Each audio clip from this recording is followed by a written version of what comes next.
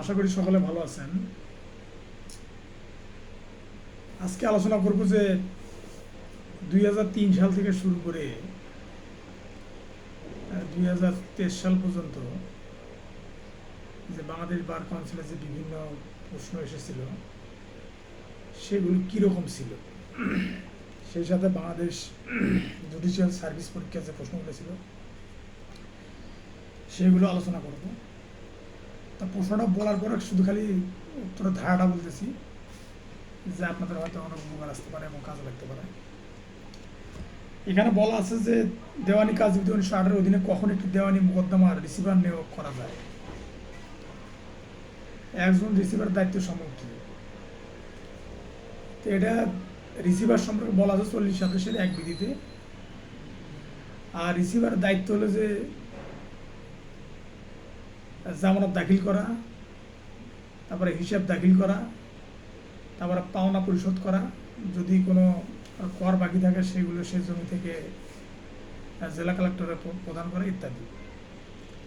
তো দেওয়ানি কার্যবিধি 1908 অস্থায়ী নিষেধাজ্ঞার আবেদন মঞ্জুর কিংবা না মঞ্জুর ক্ষেত্রে আদালত ক্ষমতা ও অনুসরণীয় নীতিমালা বর্ণনা করব। আমরা জানি যে দেওয়ানি কার্যবিধি 1908 অস্থায়ী নিষেধাজ্ঞা আছে 39 27 এবং 5 এই বিধি অনুযায়ী মঞ্জুর করা যায় না। যদিও অস্থায়ী নিষেধাজ্ঞা যদি কোনো প্রতারণা বা স্বার্থ সংশ্লিষ্ট অথবা মানুষকে ক্ষতিগ্রস্ত করার জন্য যদি অস্থায়ী নিষেধাজ্ঞা চাওয়া হয়, সেই ক্ষেত্রে কিন্তু দেওয়ানি আদালত অস্থায়ী নিষেধাজ্ঞা মঞ্জুর করে না। সেটা হলো 39/5 ক বিধি অনুযায়ী। এখানে সুন্দর একটা প্রশ্ন আছে যে the court may at any stage adjourn of hearing of the suit, মানে দেওয়ানি আদালত একটা মামলার কতবার মুলতবি রাখতে পারে। তো 2025 সালে অ্যামেন্ডমেন্ট অনুযায়ী মুলতবি ছিল আগে বাদীপক্ষ শুনানির পর্যায়ে, মানে শুনানির পূর্বে। আগে 2025 সালের আগে ছিল 4 বার করে। বাদীপক্ষ শুনানির পূর্বে পাইতো 4 বার, বিবাদী পক্ষ 4 বার, টোটাল 8 বার। তারপর শুনানির আগে খরচা সহ বাদীপক্ষ 3 বার, বিবাদী পক্ষ 3 বার, তাহলে 3 3 6 আর হচ্ছে 12, 18 বার। আর শুনানি পর্যায়ে বাদীপক্ষ পাইতো 3 বার খরচ সহ, আর বিবাদী পক্ষ পাইতো 3 বার, এ হলো 6 বার, টোটাল 24 বার পাইতো। কিন্তু এটা 2025 সালে অ্যামেন্ডমেন্ট অনুযায়ী এখন শুনানি পর্যায়ে কোনো মোকদ্দমা শুনানির আগে বাদীপক্ষ 4 বার, বিবাদী পক্ষ 4 বার, টোটাল 8 বার। আর খরচা সহ শুনানির আগে খরচা সহ বাদীপক্ষ 3 বার, বিবাদী পক্ষ 3 বার, তাহলে 8 আর 6 14। আর শুনানি পর্যায়ে কোনো মোকদ্দমা মুলতবি বাদীপক্ষ 3 বার, বিবাদী পক্ষ 3 বার, এই টোটাল এখন 20 বার। আগে ছিল 24 বার, সেটাকে 2025 সালে অ্যামেন্ডমেন্ট অনুযায়ী সেটা এখন হচ্ছে 20 বার। তো সেটা কত আদেশ অনুযায়ী? সেটা হচ্ছে 17 আদেশের 1 বিধি অনুযায়ী। তার একটা বিষয় হলো যে আচ্ছা, খালি বর্ণনামূলক প্রশ্নগুলো আলোচনা করি, আর প্রবলেমেটিক কোশ্চেন বা সমস্যা ভিত্তিক যেগুলো প্রশ্ন সেগুলো আর একটা বিষয়ে আলোচনা করবো, সেটা পরে। তো এটা 2022 সালে বাংলাদেশ বার কাউন্সিল অ্যাডভোকেসি পরীক্ষায় এসেছিল। তো সুনির্দিষ্ট প্রতিকার আইনে নিষেধাজ্ঞা মঞ্জুর এবং না মঞ্জুরের ক্ষেত্রে সব উদাহরণ সহ ব্যাখ্যা করব।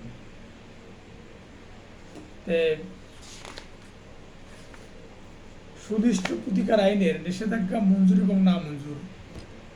আমরা জানি যে সুনির্দিষ্ট প্রতিকার আইনের নিষেধাজ্ঞা মঞ্জুর, অস্থায়ী নিষেধাজ্ঞা মঞ্জুর, এটা আছে 53 আদেশে, আর হলো 54 আদেশে স্থায়ী নিষেধাজ্ঞা। দেওয়ানি কার্যবিধি নিয়ম অনুযায়ী এই নিষেধাজ্ঞা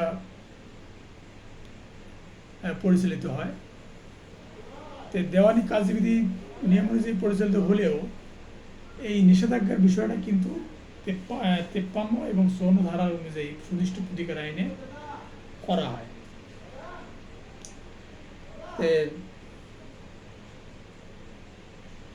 53 ধারা অনুযায়ী অস্থায়ী নিষেধাজ্ঞা মোকদ্দমা যে কোনো অবস্থায় একটি নির্দিষ্ট সময় পর্যন্ত বা আদালতের পরবর্তী আদেশ না দেওয়া পর্যন্ত দেওয়ানি কার্যবিধি 1908 39 আদেশে অস্থায়ী নিষেধাজ্ঞা এবং অন্তর্বর্তীকালীন আদেশ 1 থেকে 5 এই বিধি অনুযায়ী নিষেধাজ্ঞা মঞ্জুর করা যায়। আর এটা যে অনুসরণীয় যে নীতিসমূহ আছে নিষেধাজ্ঞার, সেটা হচ্ছে যে আপাতত দৃশ্যমান একটি মামলা থাকতে হবে, মানে প্রাইমা ফেসিস কেস যেটাকে বলে, এটা থাকতে হবে। বাদীর অপরিণীয় ক্ষতির সম্ভাবনা থাকতে হবে, মানে এই যদি অস্থায়ী নিষেধাজ্ঞা বা মঞ্জুর করা না হয়, বাদীর অপরিণীয় একটা ক্ষতি হওয়ার সম্ভাবনা আছে। আর মামলার ভারসাম্য বজায় রাখার জন্য প্রয়োজন, মানে যদি অস্থায়ী নিষেধাজ্ঞা না দেওয়া হয় তাহলে মামলার ভারসাম্য বজায় থাকবে না। আর 4 নম্বর, নিষেধাজ্ঞা মঞ্জুর হলে তৃতীয় ব্যক্তির কোনো ক্ষতির সম্ভাবনা নেই, মানে তৃতীয় কোনো ব্যক্তি এখানে ক্ষতি হবে না বা ক্ষতির সম্মুখীন হবে না। আর 5 নম্বর হচ্ছে মামলার বাদী জয়লাভের সম্ভাবনা থাকবে। তার মানে যদি অস্থায়ী নিষেধাজ্ঞা মঞ্জুর করার জন্য যে অনুসরণীয় নীতি, যেগুলো অনুসৃত নীতি বা অনুসরণীয় নীতি যেগুলো প্রয়োগ করতে হবে, সেগুলো হচ্ছে যে এই 5টা বিষয়। তার মানে প্রাইমা ফেসিস কেস একটা মামলা থাকতে হবে, তার বাদী যেটা আমরা জয়লাভের একটা সম্ভাবনা থাকতে হবে, তারপর এই নিষেধাজ্ঞার ফলে তৃতীয় পক্ষের কোনো ক্ষতি হবে না সেটা বিষয়টা থাকতে হবে, তারপরে মামলার ভারসাম্য বজায় থাকার একটা বিষয় থাকতে হবে। তো এই 5টা বিষয় এখানে কিন্তু সম্পৃক্ত থাকতে হবে।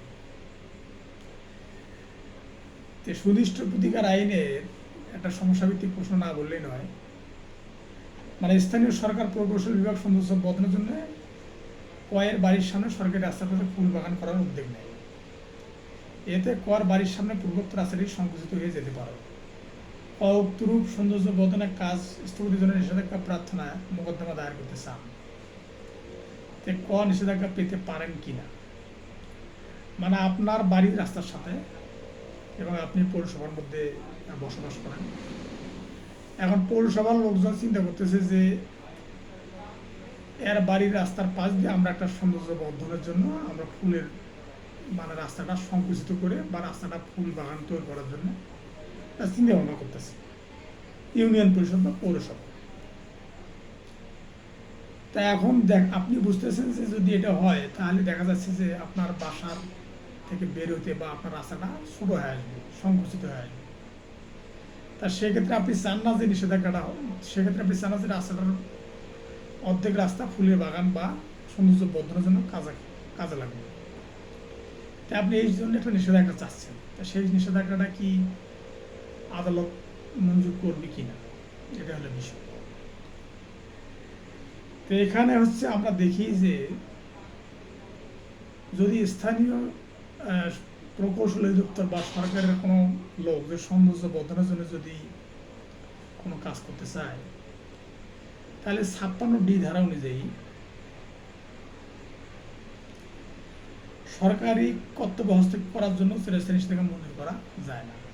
56D ধারা অনুযায়ী বলা যায় সরকারি কর্তৃপক্ষের কোনো কাজে হস্তক্ষেপ করার জন্য স্থায়ী নিষেধাজ্ঞা চাওয়া যায় না। তাহলে তারা যদি এটা করতে চায় তারা করতে পারবে, কিন্তু আপনি আপনার রাস্তা ছোটো হয়ে গেলেও আপনাকে সেটা মেনে নিতে হবে। অতএব আপনি এটা তাদের কাজে বাধা দিতে পারবেন না। আর একটা বিষয় হলো যে এটা 22 সালের যে প্রশ্নগুলো বাংলাদেশ বার কাউন্সিল পরীক্ষা নিয়েছিল সেই প্রশ্নগুলো নিয়ে আলোচনা করতেছি। তো ফৌজদারি কার্যবিধি 1898 এর বিধান অনুযায়ী কোনো মামলা অনুসন্ধানের বিচার বিষয়ে ফৌজদারি আদালতের দিকটির আলোচনা করে। আমরা জানি যে ফৌজদারি মামলার অনুসন্ধান ও বিচারের স্থান 107 থেকে 79 ধারার মধ্যে আছে। তে ফৌজদারি মামলার বিচার হচ্ছে বিচারের অনুসন্ধান ও বিচারের স্থান হচ্ছে 107 ধারা। তাহলে আপনাকে এই বিষয়টা মনে রাখতে হবে। আর ঢাকার সম্পত্তির একটি জাল দলিল খুলনার সাব রেজিস্ট্রার অফিসে নিবন্ধিত হয়। এই ক্ষেত্রে কোন জেলা আদালতে দলিল জালকরণ বিষয়ক মামলা বিচার করার ইখতিয়ার রয়েছে? সংশ্লিষ্ট বিধানের আলোকে উত্তর দিন। তাহলে ঢাকার সম্পত্তিটি একটি জাল দলিল খুলনা সাব রেজিস্ট্রার অফিসে হয়। তাহলে আমরা জানি যে যদি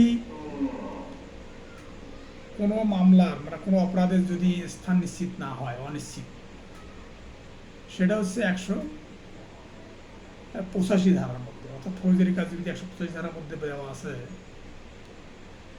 যে যেটা মামলা করার স্থান অনিশ্চিত, মানে মামলা কোন জায়গায় হবে সেটা নিশ্চিত নয়, সেটা দেওয়া আছে। আর 2 নম্বর হচ্ছে যে দেওয়ানি ফৌজদারি কার্যবিধি 1898 অনুযায়ী সাক্ষীর উপস্থিতি কোন স্থানে তল্লাশি চালানো সাধারণ বিধানসমূহ কি? যে সাক্ষীদের উপস্থিতিতে কোন স্থানে তল্লাশি চালানোর সাধারণ বিধানসমূহ কি? আমরা জানি যে সাক্ষীদের সাথে করে নিয়ে তল্লাশি অভিযান কোন স্থানে পরিচালনা করা, এটা আছে হচ্ছে 103 ধারা এবং ফৌজদারি কার্যবিধি 1898 103 ধারাতে এটা আছে। এবং 103-এর 2 উপধারা মতে সেখানে জব্দ তালিকা, তারপরে দখলদার থাকে যে মানে যে ওই জায়গাটা দখল করে আছে তার উপস্থিতি কী করতে হবে, আপনারা তল্লাশি চালাতে বা সরকারি কর্মকর্তা কর্মচারীগণ তল্লাশি চালাতে পারবে। তো বিচারার্থে গ্রহণ করা ক্ষমতার সম্পন্ন কোনো ম্যাজিস্ট্রেট নিকটে কোনো অপরাধের অভিযোগ আনিত হলে ফৌজদারি কার্যবিধি 1898 অনুসারে ম্যাজিস্ট্রেট করণীয় কি? আমরা জানি যে ম্যাজিস্ট্রেট বা জুডিশিয়াল ম্যাজিস্ট্রেট বা বিচারিক ম্যাজিস্ট্রেট 190 ধারায় মামলা আমলে নেয়। তো এইখানে 190 ধারা মামলা আমলে নেয় এবং আমরা দেখি যে 32 ধারায় মানে ম্যাজিস্ট্রেটের ক্ষমতা সম্পর্কে বলা আছে।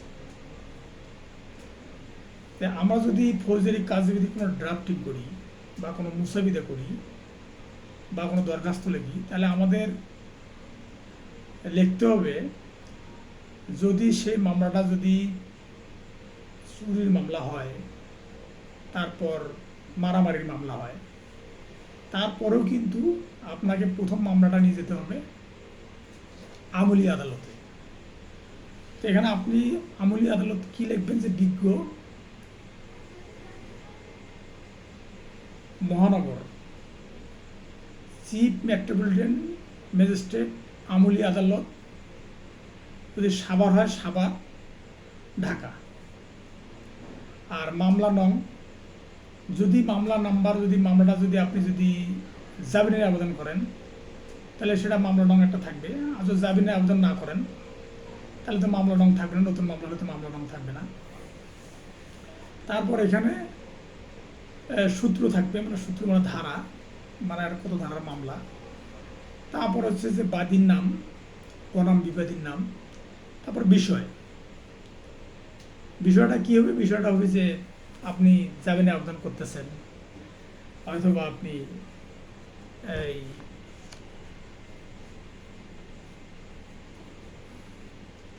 আপনার মিথ্যাভাবে সম্পৃক্ত করছে, সেই জন্য আপনি সেই দরখাস্ত আপনি করতেছেন আর কি, যে কোনো একটা।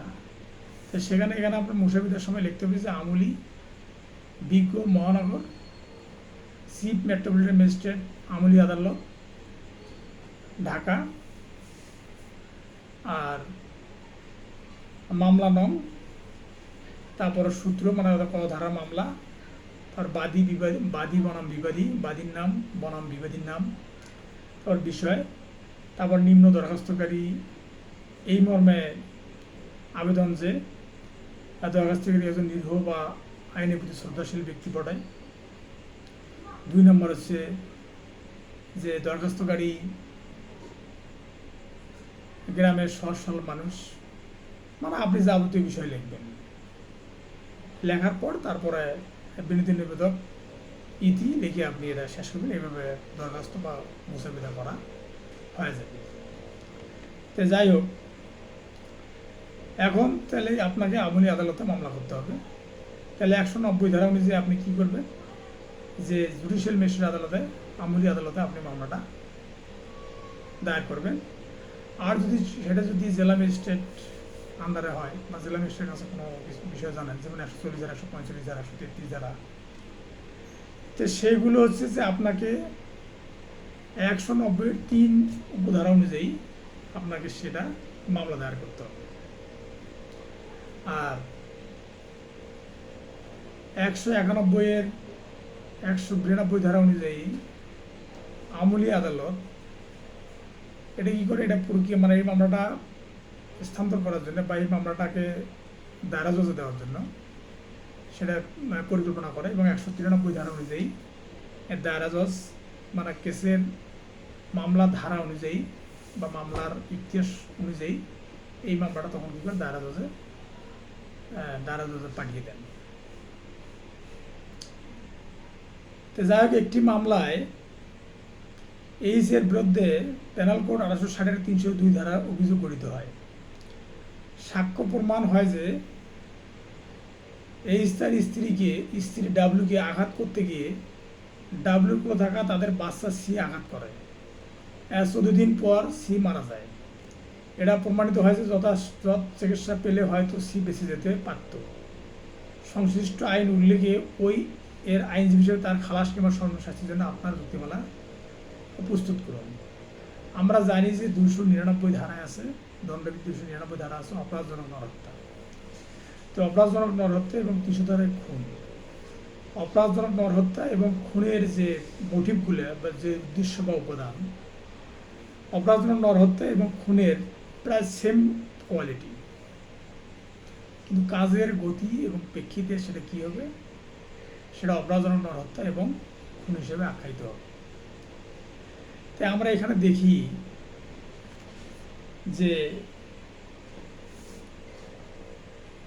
299 ধারা যে 3টা ব্যাখ্যা আছে এবং 300 ধারা যে 5টা ব্যতিক্রম আছে, সেই ব্যতিক্রম মধ্যে দেখি যে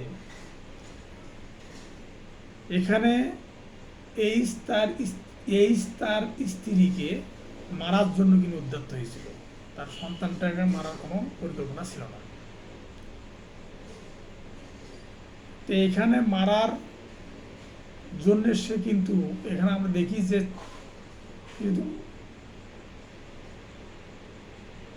এখানে কিন্তু 300 ধারা যে ব্যতিক্রমে যে মানে 300 ধারা যে বৈশিষ্ট্য অর্থাৎ খুনের যে বৈশিষ্ট্যগুলো আছে সেখানে যে অর্থাৎ উদ্দেশ্য থাকতে হবে, পরিকল্পনা থাকতে হবে খুন করার জন্য, তা সেটা কিন্তু এখানে এইচএস ছিল না। তা সেই জন্যে এই পরিকল্পনা এবং অভিপ্রায় ব্যতীত সে কিন্তু তার স্ত্রীকে আঘাত করেছে। এমন স্ত্রীকে আঘাতটা না লাগে তার কোলে থাকা সন্তানকে আঘাত লাগছে এবং সে মারা গেছে। এটা কিন্তু নিঃসন্দেহে একটা অপরাধজনক নরহত্যা হবে, কেননা এখানে কিন্তু উদ্দেশ্য ছিল না। মানে অর্থাৎ খুন করার প্রধান যে বৈশিষ্ট্য খুনের প্রধান বৈশিষ্ট্য হচ্ছে যে পরিকল্পনা থাকতে হবে এবং সে জেনে শুনে আঘাত করতে হবে যে লোকটা এই আঘাত করলে সে মারা যাবে। তো তার মধ্যে পরিকল্পনা ছিল না এবং তার মধ্যে সে যে মারা যাবে এটাও নিশ্চিত ছিল না। তাহলে এই দুটো বিষয়ে প্রমাণ করা যায় তো এইচ কিন্তু তার স্ত্রীকে খুন করার উদ্দেশ্যে কিন্তু মারা নাই, অথবা এটা অপরাধজনক নরহত্যা। যদিও মারা গেছে তার সন্তান, কিন্তু এটা অপরাধজনক নরহত্যা হিসেবে আখ্যায়িত হবে এবং এখানে এইচকে খালাসের জন্য আবেদন করা যায়।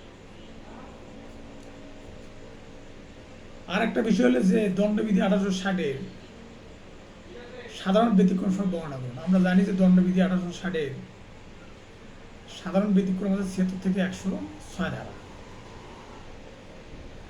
আর দেহ সম্পর্কে ব্যতিক্রম হচ্ছে 196 থেকে 106 ধারা। 105 একশো 100 ধারা। আর সম্পত্তি সংক্রান্ত অপরাধ, যেটা সম্পত্তি সংক্রান্ত যে ব্যতিক্রম, সেটা হচ্ছে 101 থেকে 106 ধারার মধ্যে আছে। তো দণ্ডবিধির সাধারণ ব্যতিক্রম আছে 176 থেকে 106 ধারার মধ্যে। এখানে একটা সমস্যাভিত্তিক প্রশ্ন যেটা আছে যে এক্স ওয়াই নিকট থেকে 2 লাখ টাকা ঋণ নেন এবং 1/1/2020 তারিখের মধ্যে পরিশোধের শর্ত থাকে। নির্ধারিত তারিখে এক্স তার পরিশোধ না করলে ওয়াই দেওয়ানি আদালতে মামলা করেন। তিনি পাশাপাশি একটি ফৌজদারি মামলা করতে চান। তাই আইনজীবী হিসেবে সংশ্লিষ্ট আইন ধারা উল্লেখ করে ওয়াইকে পরামর্শ দিন। তাহলে এখানে আমরা দেখি যে সে অলরেডি দেওয়ানি মামলাটা করছে, এখন ফৌজদারি মামলা হতে পারে কিনা, এটা হচ্ছে মূল বিষয়। তাই আমরা জানি যে অপরাধজনক বিশ্বাসভঙ্গ, আমরা জানি যে অপরাধজনক সম্পত্তি আত্মসাৎ যেটা আছে 403 ধারাতে, এবং অপরাধজনক বিশ্বাসভঙ্গ সেটা আছে 405 ধারাতে, এবং এটা শাস্তি 406 ধারাতে। তো সে যদি এটা করতে চায়, তাহলে অপরাধজনক বিশ্বাসভঙ্গ যেহেতু তার একটা সত্য ছিল যে আমাকে এই সময়ের মধ্যে নিয়ে এই সময়ের মধ্যে টাকাটা ফেরত দেবে, সে দেয় নাই, তো অপরাধমূলক বিশ্বাসভঙ্গের একটা মামলা করতে পারে, এবং সেটা শাস্তি হলো 406 ধারা অনুযায়ী যদি মামলাটা করেই ফেলায়, তাহলে এটা শাস্তি হবে 3 বছর অথবা অর্থদণ্ড হতে পারে। তো বল প্রয়োগ বা অপরাধমূলক বল প্রয়োগ, আমরা জানি যে বল প্রয়োগ আছে 383 ধারায়, যেটাকে চাঁদাবাজি বলা হয়। আর অপরাধমূলক বল প্রয়োগ আছে 350 ধারায়, আর আক্রমণ আছে 351 ধারায়। চুরি ও বলপূর্বক গ্রহণ করার কখন দোষিত হিসেবে গণ্য হবে? এখন চুরি বা বলপূর্বক গ্রহণ করা কখন দোষিত হিসেবে, মানে যখন মৃত্যুর ভয় থাকবে বা মৃত্যুর ভয়ে আশঙ্কা থাকবে বা মৃত্যুর ভয় দেখাবে, তখন সেটা দোষিত হিসেবে আখ্যায়িত হবে। KLMNOP এবং P একটা বাড়িতে ডাকাতি করাকালে বাড়ির মালিক আর কে খুন করেন, তবে লোকজন চিৎকার ডাকাত দল কোনো মালামাল নিতে পারে। এই ক্ষেত্রে KLMNO এবং P ফৌজদারি দায় নিরূপণ করুন। আমরা জানি যে খুন সহকারে ডাকাতি এটা হলো শাস্তি হলো মৃত্যুদণ্ড বা যাবজ্জীবন, আবার সর্বনিম্ন 10 বছর জেল। তাহলে এখন সে ডাকাতি করার সময় কাউকে খুন করছে, এটা 396 ধারা মামলা হবে। এখন ডাকাতির মালামাল নিতে পারছে কি না পারছে এটা বড় বিবেচ্য বিষয় নয়। বিষয়টা হলো যে ডাকাতি চলাকালে তারা খুন করছে, এখন মাল নিলেও যা না নিলেও তা, কিন্তু তাদের শাস্তি হবে মৃত্যুদণ্ড বা যাবজ্জীবন বা সর্বনিম্ন 10 বছর পর্যন্ত জেল, অর্থদণ্ড বা উভয়দণ্ড হতে পারে।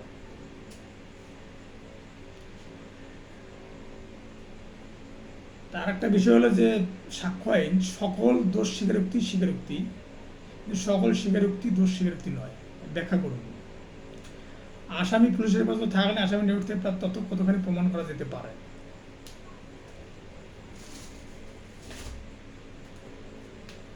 সকল দোষ স্বীকারোক্তি, কিন্তু সকল স্বীকারোক্তি দোষ স্বীকারোক্তি নয়। তাই আমরা জানি যে 24 থেকে 30 ধারার মধ্যে এই স্বীকারোক্তি বিষয়ে বলা আছে। এখানে পুলিশ আসামি একটা খুন করলে যদি খুনের আলামত উদ্ধার করা না হয়, তাহলে কিন্তু এটা স্বীকারোক্তি হিসেবে, তাহলে দোষ স্বীকারোক্তি যতই করুক যে আমি খুন করছি, এবং খুনের আলামত যদি উদ্ধার না হয়, তাহলে কিন্তু এটা দোষ স্বীকারোক্তি হবে না।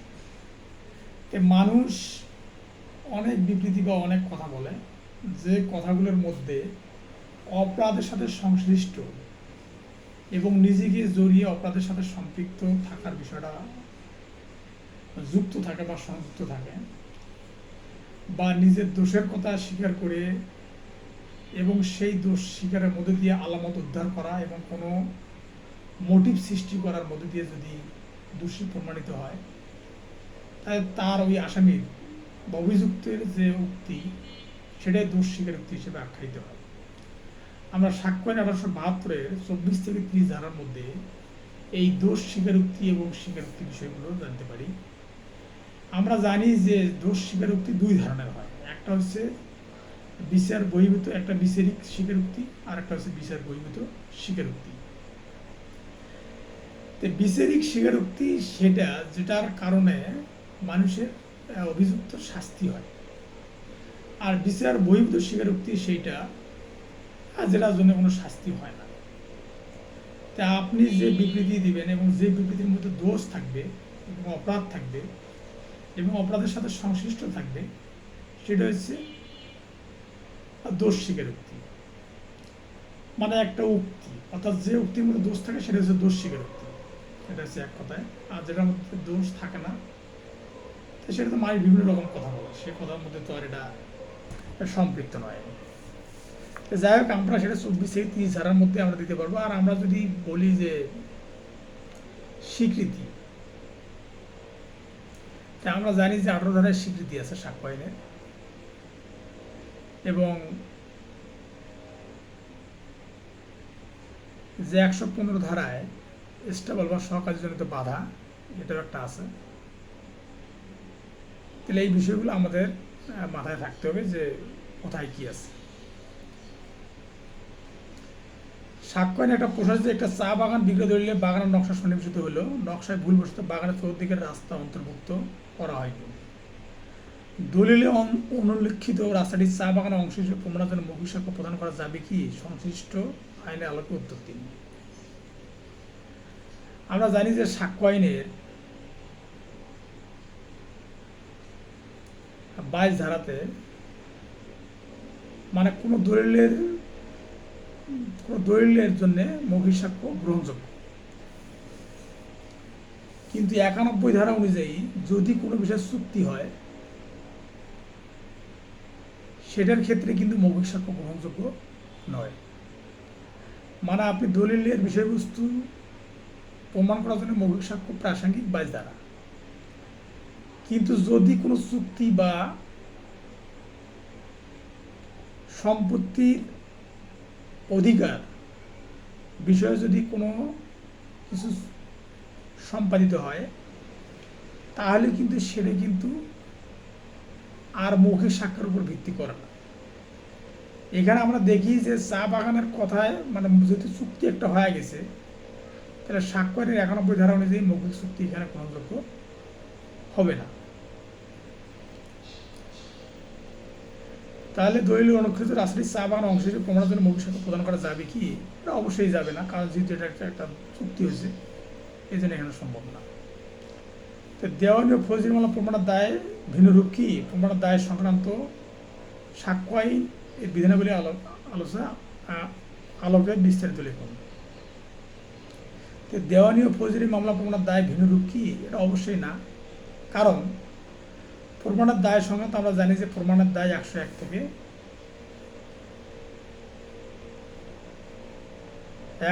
থেকে 114 ধারার মধ্যে এই বিষয়টা আছে যে প্রমাণের দায়ভার মানে কার উপর কী পত্রিবে এবং কীভাবে পত্রিবে সেটা আছে। তাহলে এটা যে প্রমাণের দায়ভার, এটা হলে 101 থেকে 114 ধারার মধ্যে আলোচনা করতে হবে। যে সাক্ষীর বিশ্বাসযোগ্যতা কীভাবে অভিশংসন করা যায়, সংশ্লিষ্ট বিধানের আলোকে উত্তর দিন। আমরা জানি যে 155 ধারা মানে সাক্ষীর বিশ্বাসযোগ্যতা অভিশংসন, আর 154 ধারাতে বলা আছে হোস্টাইল উইটনেস মানে বহিঃসাক্ষ্য। তো বহিঃসাক্ষ্য বলা আছে সাক্ষ্য আইন 154 ধারায়। আর সাক্ষীর বিশ্বাসযোগ্যতা অভিশংসন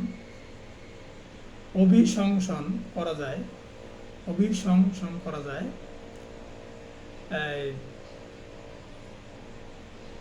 3টে পদ্ধতিতে। সেটা হচ্ছে যে বিশ্বাসের অযোগ্য হিসেবে প্রমাণ করিয়ে, তারপর সাক্ষী মনে করা যায় সাক্ষী ঘুষ নিছে, এবং সাক্ষীকে বলা যায় যে আপনি আগে যা বলছিলেন এখন সেটা আগের কথার সাথে এখন কথা মিল নেই, তার মানে আপনার সব কথা মিথ্যা। এইভাবে সাক্ষীর বিশ্বাসযোগ্যতা নষ্ট করে বা খর্ব করে অভিশংসন করা, সাক্ষীর বিশ্বাসযোগ্যতা অভিশংসন করা যায় মানে খর্ব করা যায়। আরেকটা বিষয় আছে যে তামাদি আইন 1908-এর সম্পত্তি কোনো ব্যক্তির অধিকার কীভাবে বিলুপ্ত হতে পারে, এক ক্রমাগত চুক্তি ভঙ্গের ক্ষেত্রে তামাদির মেয়াদ কীভাবে পরিগণনা হয় উদাহরণস্বরূপ ব্যাখ্যা করুন। তাই আমরা জানি যে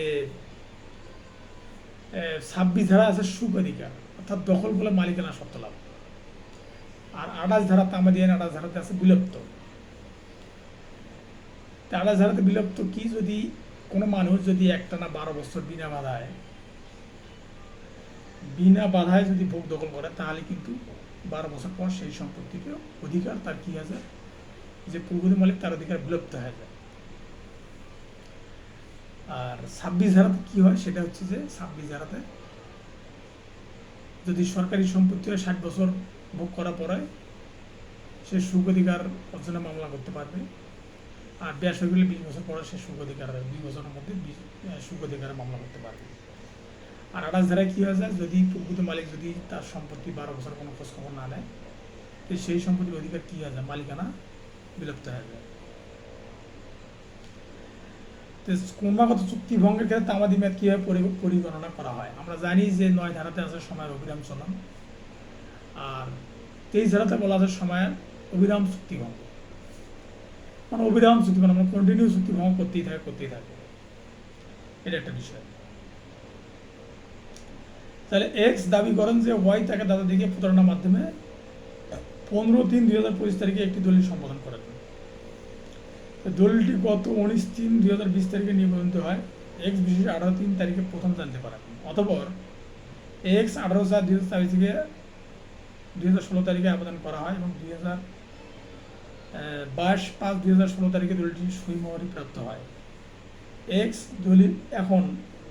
এখন দলিল বাদী মোকদ্দমা দায়ের করতে চান, সংশ্লিষ্ট আইনে উল্লেখিত উক্তরূপ মোকদ্দমা দায়েরের সর্বশেষ তারিখ নির্ধারণ করুন।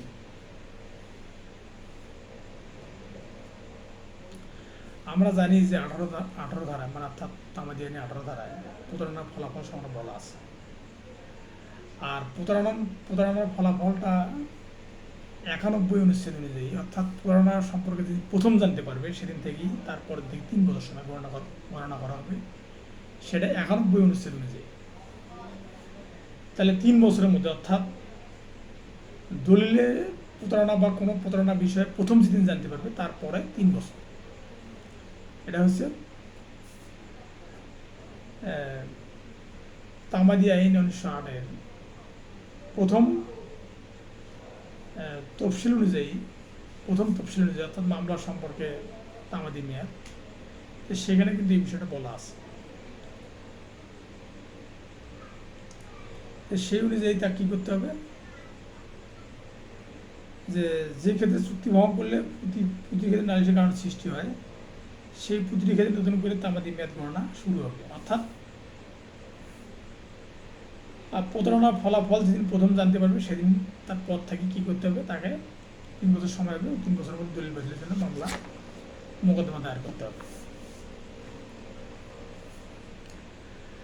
আর কোনো মোকদ্দমা দাখিলের তামাদি মেয়াদ গণনার ক্ষেত্রে আইন প্রণয়ন কার্যক্রম এবং ইখতিয়ারবিহীন আদালতে দাখিলের সুউদ্দেশ্যমূলক কার্যক্রম বাবদ ব্যয়িত সময় বাদ দিতে হবে। আমরা জানি যে কোনো মোকদ্দমা দাখিলের তামাদি মেয়াদ গণনার ক্ষেত্রে আইন প্রণয়ন কার্যক্রম এবং ইখতিয়ারবিহীন আদালতে দাখিলের সৎ উদ্দেশ্যমূলক কার্যক্রম বাবদ ব্যয়িত সময় বর্ণনা করুন।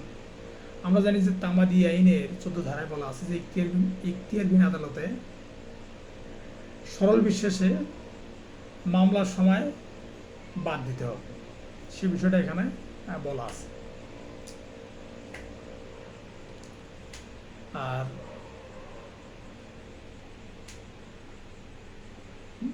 তামাদি আইনের 11 নম্বর প্রশ্ন খতে বলা আছে একটি দেওয়ানি মোকদ্দমা দাখিলের সর্বশেষ তারিখ ছিল 12/12/2012, কিন্তু বাদীর মাতার মৃত্যুর কারণে মোকদ্দমাটি ওই দিন দাখিল করা যায়নি। 13/12/2012 তারিখে সরকারি ছুটি ছিল এবং 14/12/2012 তারিখে সংশ্লিষ্ট বিচারক ছুটিতে ছিলেন।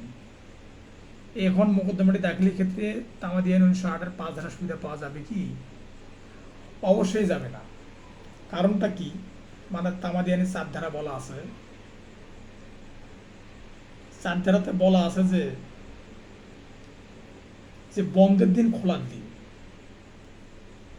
এখানে দুটা বিষয় রিলেটেড রয়েছে, যে বন্ধের দিন খোলার দিন, অর্থাৎ আদালত যদি বন্ধের দিন থাকে এবং খোলার দিনে ওই মামলাটা দায়ের করতে হবে, এবং আদালতের বিচারক ছুটিতে আছে না কোথায় আছে এটা বিষয় নয়, যদি আদালত খোলা থাকে তাহলে অবশ্যই সেদিন ওই মামলাটা দায়ের করতে হবে। আর 5 ধারায় 5টি ক্ষেত্রে বিলম্ব মওকুফ বিধান প্রয়োগ করা যায়। আর 2 নম্বর হচ্ছে যে 5 ধারায় 5টি ক্ষেত্রে বিলম্ব মওকুফের বিধান আবেদন করা যায়, সেটা হচ্ছে যে আপিলের ক্ষেত্রে। আর আপিলের ক্ষেত্রে বা লিভ টু আপিল বা রিভিশন, রিভিউ এবং অন্যান্য এনি অ্যাপ্লিকেশন। তো যেহেতু এটা মূল মোকদ্দমা, সেই জন্য এখানে 5 ধারার কোনো সুবিধা পাওয়া যাবে না। আর বার কাউন্সিল যে প্রশ্ন আসছিল 2022 সালে, সেটা হচ্ছে যে আইনজীবী হওয়ার জন্য একজন ব্যক্তির কোন শর্তাদি পূরণ করা আবশ্যক। আমরা জানি যে 27 অনুচ্ছেদে সে বাংলাদেশের নাগরিক হবে, তার বয়স 21 বছর হতে হবে, এবং সে বাংলাদেশের আইনে স্নাতক ডিগ্রি থাকতে হবে। তারপর যদি সরকারি চাকরি করাতে নৈতিক শৃঙ্খলজনিত কারণে যদি সরকারি চাকরি থেকে অপসারিত হয়, তাকে 2 বছর অপেক্ষা করতে হবে, এবং আর অন্যান্য ব্যক্তি যদি নৈতিক শৃঙ্খলাজনিত যদি চাকরি চলে যায়, অন্যান্য ব্যক্তির জন্য 5 বছর অপেক্ষা করতে হবে। এইগুলো হচ্ছে আইনজীবী হওয়ার জন্য এইগুলো সব পূরণ করতে হবে। আইনজীবী হিসেবে তালিকাভুক্তি প্রক্রিয়া বাংলাদেশ বার কাউন্সিল এনরোলমেন্ট কমিটির ভূমিকা আলোচনা করুন। আমরা জানি যে 11B অর্ডারে বা আদেশে এনরোলমেন্ট কমিটি সম্পর্কে বলা আছে। এনরোলমেন্ট কমিটির কার্যাবলী হচ্ছে যে তারা এরপর তালিকাভুক্তির জন্য পরীক্ষা গ্রহণ করবে, তারপরে সেই পরীক্ষা নেওয়ার পর তারপরে যারা পাশ করবে তাদের অ্যাডভোকেটের জন্য সুপারিশ করে বাংলাদেশ বার কাউন্সিল পাঠাবে। তারপর বার কাউন্সিল সুপারিশ পাওয়ার পর তাদেরকে অ্যাডভোকেট হিসেবে তালিকাভুক্তি করবে এবং তাদের নাম সংরক্ষণ করবে। তো একজন আইনজীবী হিসেবে তালিকাভুক্তির আবেদনপত্রে স্থগিত মিথ্যা তথ্য প্রদান করে। The Bangladesh legal practitioner and bar council rules 1972 অনুযায়ী কয়ের শাস্তি কি? আমরা জানি যে 32 ধারার শাস্তি আছে। সে শাস্তি হচ্ছে যে বহিষ্কার করা বা স্থায়ীভাবে বহিষ্কার করা বা স্থায়ীভাবে বহিষ্কার করা, এটা আছে 32-88। তো এই একজন আইনজীবী স্থানীয় থানা পুলিশ কর্মকর্তার সাথে এই মর্মে মৌখিক চুক্তি করেন যে থানায় যত আসামি গ্রেপ্তার হয়ে আসবে তাদেরকে তার চেম্বারে পাঠালে উক্ত আসামির নিকট থেকে ফি বাবদ আয়ের অর্ধেক উক্ত পুলিশ কর্মকর্তাকে দেবেন। আমরা জানি যে প্রথম অধ্যায়ের অর্থাৎ Bangladesh the canons of professional conduct and etiquette বিধান অনুসারে বিধানে যে 4টে অধ্যায় আছে, এই 4টে অধ্যায়ের মধ্যে প্রথম অধ্যায়ে বলা আছে যে আইনজীবীর সাথে আইনজীবীর সম্পর্ক। এখানে 11টা বিধি আছে। এই 11 বিধি অর্থাৎ প্রথম অধ্যায়ের 11টা বিধির 2 নম্বর বিধিতে বলা আছে যে বিজ্ঞাপন বা অন্য কোনো উপায়ে কাজ পাওয়ার জন্য চেষ্টা করা যাবে না। তাহলে এটা কি হবে? 3 বিধি অনুযায়ী কাজ জোগাড় করার জন্য কোনো লোককে নিয়োগ দেওয়া যাবে না। 2 এবং 3 বিধি সে কি করছে, এই নিয়মটা সে ভঙ্গ করছে, তাহলে অবশ্যই তার শাস্তি ওই 32 ধারা অনুযায়ী হবে। তার হাতে সার্টিফিকেট সাময়িক বহিষ্কার করবে অথবা চিরতরে বহিষ্কার করবে, অথবা তাকে পেশা হতে ইস্তফা দিতে পারে। তো একজন আইনজীবী ফি নির্ধারণের ক্ষেত্রে কোনো বিষয়টি বিবেচনায় নেবেন। The canon of professional conduct and এটিকুইটির বিধানসমূহ সংযুক্ত দিন। আমরা জানি যে the canon of professional conduct and এটিকুইটির 2য় অধ্যায়ে মানে মক্কেলের সাথে আইনজীবীর সম্পর্কটা কী হবে সে বিষয়ে বলা আছে, এবং সেখানে 14টা বিধি আছে। তার 10 নম্বর বিধিতে বলা আছে যে অস্বাভাবিক ফি দাবি করবেন না, মানে কোনো আইনজীবী অস্বাভাবিক ফি দাবি করতে পারবে না। তাহলে সে যদি অস্বাভাবিক ফি দাবি করে তাহলে এটা 2য় অধ্যায়ের দি canons of professional conduct and এটিকুইটির 2য় অধ্যায়ের মক্কেলের সাথে আইনজীবীর সম্পর্কের 10 নম্বর বিধি অনুযায়ী অপরাধ করেছে এবং সেটা যদি প্রমাণিত হয় তাহলে 32 ধারা অনুযায়ী তার শাস্তি হবে। আজকে 2022 সালের বিষয়ে আলোচনা করলাম। 2022 সালে যে সমস্ত প্রশ্ন এসেছিল সেই বিষয়গুলো আলোচনা করলাম। আশা করি সকলের উপকার হবে। সবাই ভালো থাকবেন। ধন্যবাদ সকলকে।